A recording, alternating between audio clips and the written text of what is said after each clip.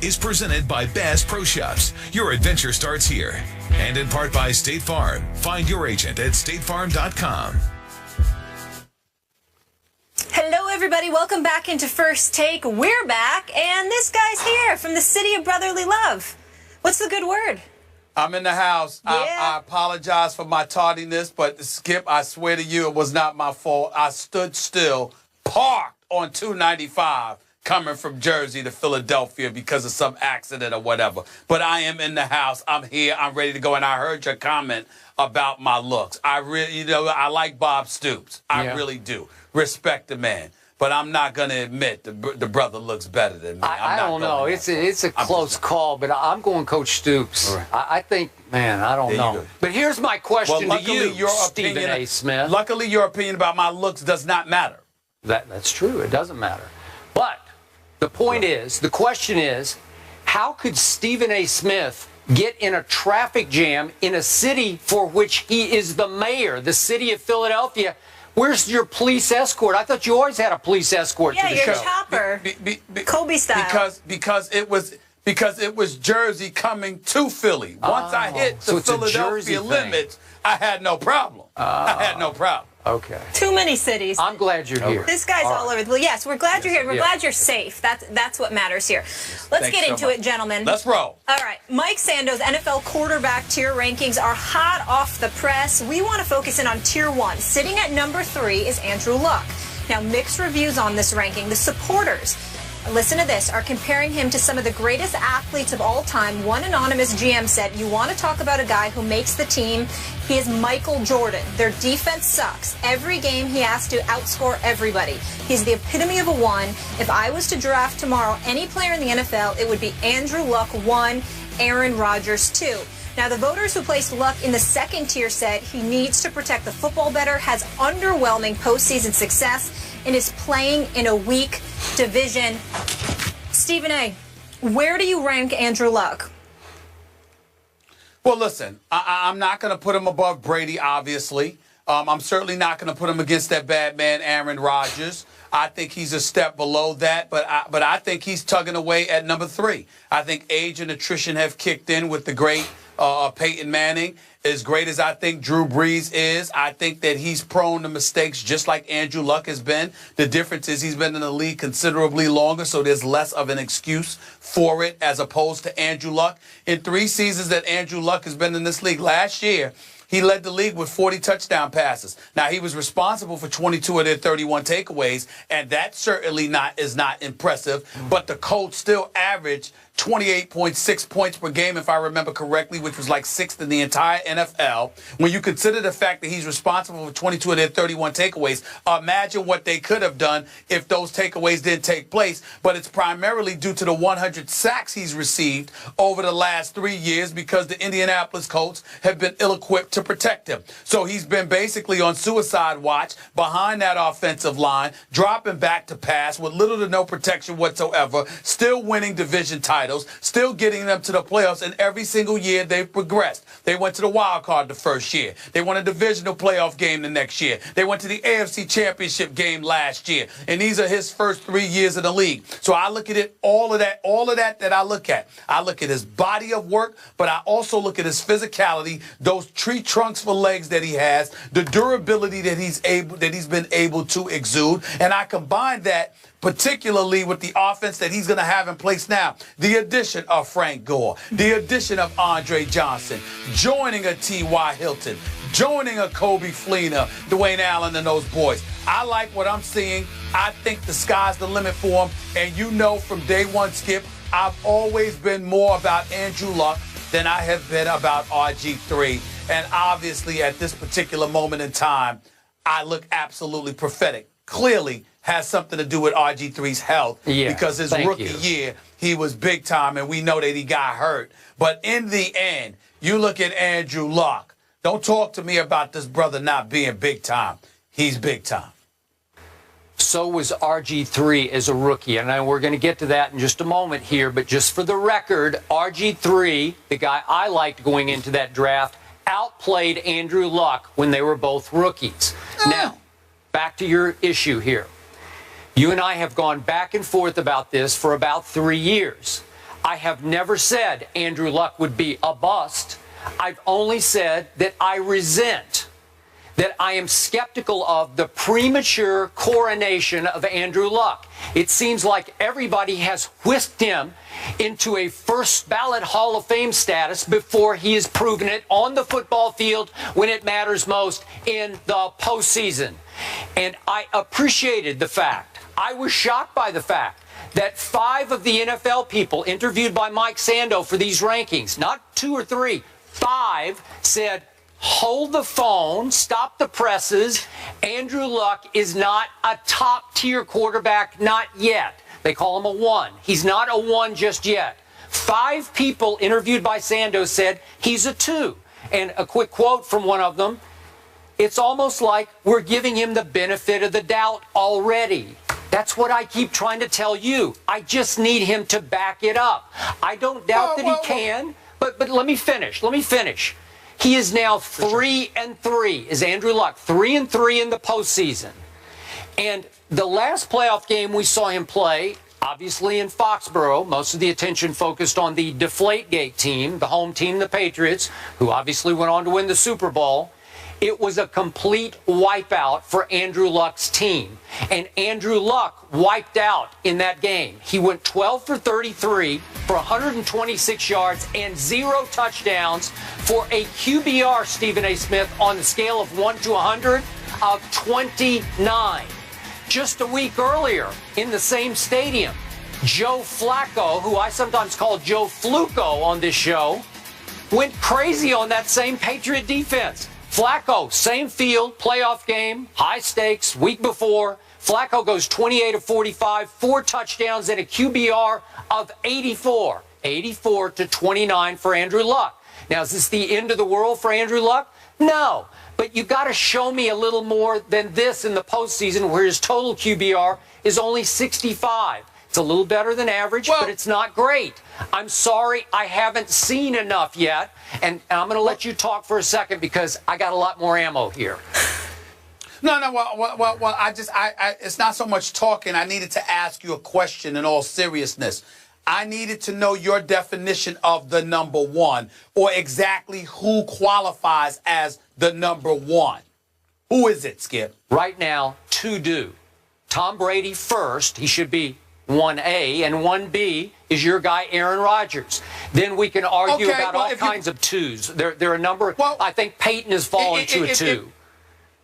That's what I'm saying. See, that's where I needed you to go. So if you want to categorize it that way, then we're not going to disagree. Because I agree with that. Tom Brady, Aaron Rodgers, and then there's everybody else. What I'm saying is when you get to the everybody else, Andrew Luck is right there. So when you talk to me about him being a number 2, it depends on what your number 2 is. Okay. In this particular instance, I would agree. But let's be clear, Skip. Let's be clear.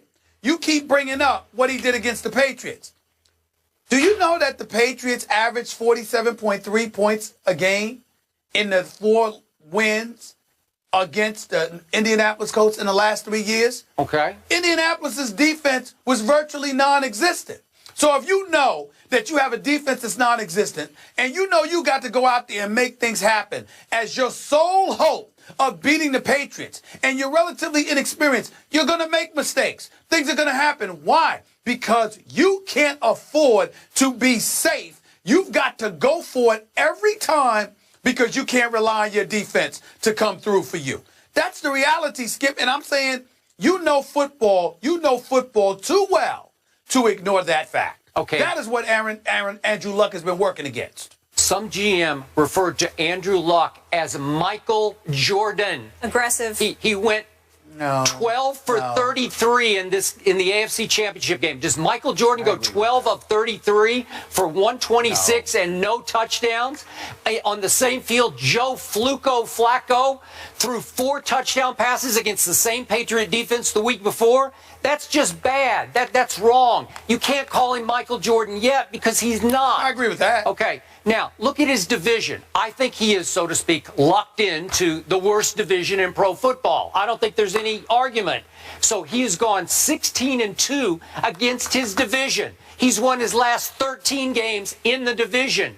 Well, every year they're going to go 11-5, in part because The division is cake for them. It's a cakewalk. They're going to cakewalk into the playoffs because they're going to beat the heck out of these, out of Houston, Tennessee, and Jacksonville.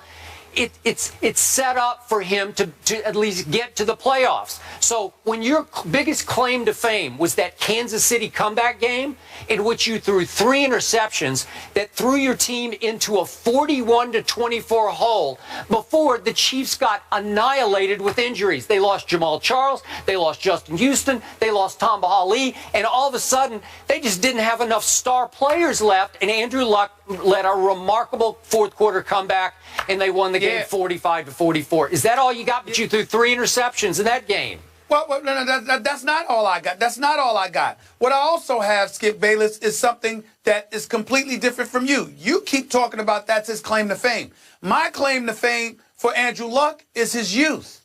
It's the fact that he is as good as he is being so young. What you have people doing is looking at him and projecting a level of greatness because so many things come along with playing the game of football. How is it that whether it's a Tebow or anybody else or a Johnny Manziel, you can project about the potential greatness that they could deliver in Tebow's case in terms of results, in Johnny Manziel's case in terms of his play or whatever. But with Andrew Luck, you can't see that. Look, this brother has the potential to be all-time great. Of course he's not there. Of course he shouldn't be, quote-unquote, coronated. But the coronation that I would argue with you about is they're not saying that he's arrived. They're saying, my God, look at this guy's potential. This dude, look at the Brett Favres of the world and others, Peyton Manning. These guys are on the verge of playing 20 years in the NFL. Okay. If Indianapolis improves its offensive line, Andrew Luck may very well have 17 years to go. And in the first 3, you haven't seen enough to look at this dude and say, yo, he's big time. I think he's big time. Show me more. I don't see enough. I agree with that. I'm having to react to you. I agree with that. And the public opinion that has already placed him on the loftiest pedestal. And I'm saying I need to see more when the money's on the line in the postseason because this isn't good enough. But what's the loftiest pedestal? What's the loftiest pedestal? You going against RG3. You've clearly eclipsed him. All right, you got Russell Wilson there. He's been to 2 consecutive Super Bowls, but the Legion of Boom has a lot to do with that, even though he makes plays when they count in crunch time, and he deserves credit for that, not just with his arm, but with his feet. You've got the Colin Kaepernicks of the world who've been to a Super Bowl. Yeah, but he's not the quarterback Andrew Luck is. I think everybody would agree with that. You look at a lot of these young guys, and you're like, look, Andrew Luck is definitely near or at the top of the class, and he's got loads of potential. What's the name of the game? Don't turn the football over. You already mentioned it. Thank you very much. He turns the ball over way too much. It started in his rookie year, and I didn't harp on the fact he had the 2nd most combined turnovers as a rookie in the National Football League.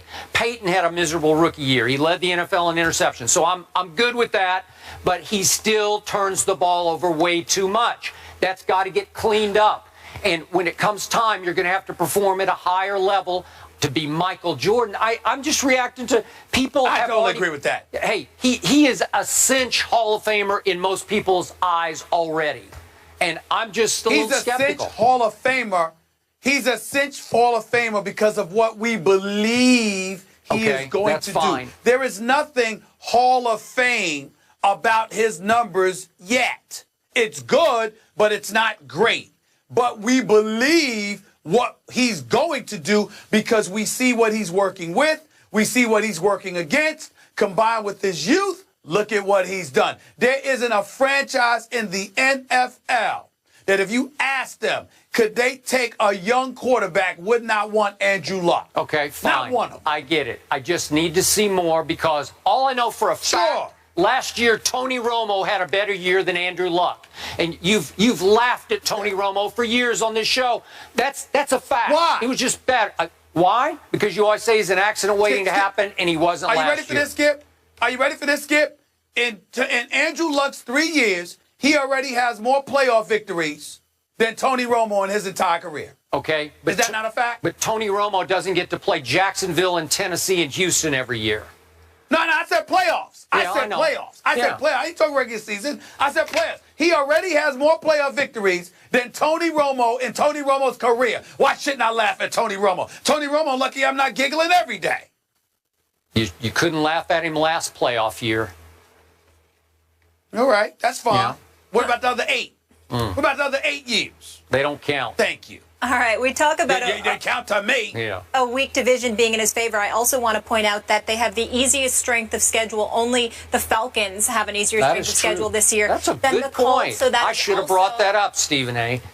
You know We're what, teaming up Molly? You know what, against Molly? you here, Thank you. If you were here- You're just trying to help Skip. Yeah. Is that what it is? Yeah. Skip need help. Skip need Molly to come to the rescue. Yeah. Da-da-da-da-da-da. Way to go, Molly. You coming to your aid? He plucked me right out of She's NFL Network. Batman Yep, now? that's exactly what Yeah. happened. Come on now. If you were here. Or whatever. Yeah. All right. All right, let's zone in on another player from Mike Sando's quarterback rankings on ESPN.com. Now, remember, GMs, coaches, and other NFL personnel are pulled for these rankings. Robert Griffin III, a number 2 overall pick, is ranked number 28. One offensive coach said he is done.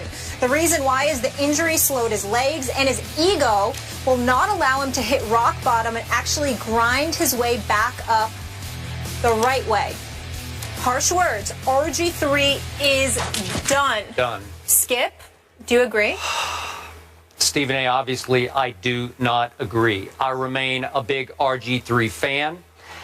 I maintain high hopes for his career to get back on not just track, but back on rookie year track. We just talked about it. RG3 was the rookie of the year, offensive rookie of the year. RG3 threw 20 touchdown passes his rookie year to only 5 interceptions. RG3 led his team, coached by a coach who initially didn't want RG3 in the draft. He led that team with Mike Shanahan to the NFC East crown and to a home playoff game, and I've mentioned it many times, against the Seattle Seahawks, in which RG3 led the team to a 14-0 lead before he once again aggravated a knee injury that turned into a disaster later in the game. Does he need to get over himself? Yes. Does he need to get over the branding of RG3? You better believe he does. But one of the GMs quoted here anonymously did say that he showed his rookie year that he could be a 1, meaning top tier, where only Brady and Aaron Rodgers reside right now. He is a young guy. I'm going to give him the benefit of the doubt because of that. So am I. His legs have been battered, but I'm told somewhat by our Ryan Clark, who obviously was a teammate of RG3's in Washington last year. Ryan thinks that Robert is going to get 100% healthy. Robert's going to have to come off his high horse about, I can be the next Peyton Manning from the pocket, because he cannot. But combined with a few read option runs, just an occasional 8-yard bolt and slide, which he has not yet learned to do, at least to my knowledge at this moment, if he'll learn to run for a few yards and slide to keep the defense off balance, I think he could be a 1 again. So I'm going to vehemently disagree with the notion that he is D-O-N-E. Well, I agree with you. I don't think that he's done. But Skip Bayless, he's 5-15 in his last 20 starts. He's been incredibly average. I know that you're leaning on the 68% completion percentage that he had last season. But, Skip, I'm just going through the eye test here, and I will openly confess to you that as much as I watched him, as much as I have, loved ones who love themselves, some Washington Redskins and what have you, I will lean on you in this regard. Work with me here. The eye test that you and I periodically lean on. Yep. Going through the eye test, didn't you see an RG3 look considerably conservative and safe last season? Yes. Because that's what I saw. Well, that would explain the 68% completion percentage. Yeah. Which, to me, when you've got Pierre Garçon and Jordan Reed and Deshaun Jackson with Alfred Morris behind the backfield, what the hell you doing being safe for? You know why you would be safe?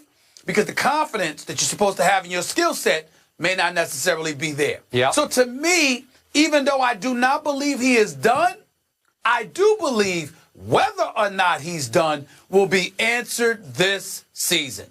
If RG3 with the weapons that they have in the nation's capital, doesn't show up to play this year, I think he's done in D.C. Yeah. I think he'll harbor second-tier status for the rest of his career. And the brand that is RG3 will be no more. He'll simply be Robert Griffin. Okay. That's what he will be. That's what it comes down to me. Is it fair to give him one last benefit of the doubt because his new coach last year, Jay Gruden, was shockingly critical of RG3 publicly? It started to feel like that Jay Gruden had jumped off the RG3 bandwagon that he was supposed to drive back onto track last year. Didn't it feel that way? Well, Kirk Cousins got starts. Colt McCoy got a start. Okay. There ain't no feeling. It was a fact. That was a fact. Okay. So shouldn't we give RG3 at least a little break that he keeps falling into a rough situation with his head coach? Is that all his fault? No. No. Do you know why, Skip? Because Jay Gruden's still there. If it were a new coach that he would have to deal with, that would be different. But the fact is that same dude is coaching you this year. So you're going to have to deal with it. Are you going to sit here, Skip? And are you going to sit here, Skip, as the season comes forward? Are we going to sit here on this set? And when the subject of the Redskins come up, if RG3 plays like garbage, are we going to sit here and go like this? Well, you know Jay Gruden's his coach. Yeah. No, we're not. No. We're going to sit there and go like this. You got to find a way to get it done. Because I got to tell you, Skip, the nation's capital, they're disgusted with him. I agree. They're disgusted with him from the perspective of they're tired of reasons and excuses and scenarios. They want to win football games. They want their Sundays to matter in November and December. They don't want to hear about Jay Gruden and all of that stuff about RG3's performance. They expect RG3 to step up and get it done. I agree with you. I'm sure a lot of those fans, a lot of your relatives are already done with RG3. But remember, I guess it was the owner, Dan Snyder, or the GM, Bruce Allen, or a combination thereof. They did pick up his option, which was a little surprising to both of us. I thought they were going to just ship him right on out and try to start fresh. And I was happy that Robert might get a fresh start elsewhere. But now, this is it for him.